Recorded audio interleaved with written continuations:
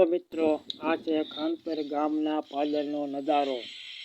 છે રામાપીરનું મંદિર, ભોળાનાથનું મંદિર પણ બને છે નવું.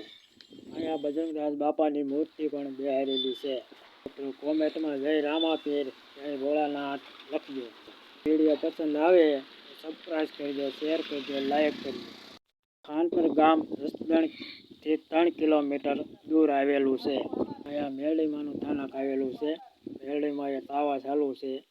મેરડીમાં એ રોજ તાવા ચાલુ હોય. અત્યારે પણ તાવો પાદરમાં વડીલો બેઠા હોય. આ ખાનપરના ગામના પાદરનો નજારો. રોડ જસદણ કોટલા પીઠા હાઈવે લાગી જાય છે. મેરડીમાં બેહરી ઠેલા છે. અહીંયા મેરડીમાં સ્થાનક છે.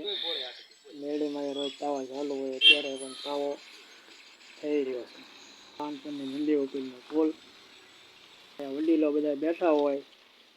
જય મેરડીમાં, જય બજરંગનાથ બાપા, જય રામાપીર, સૌની સુખ શાંતિ આપે.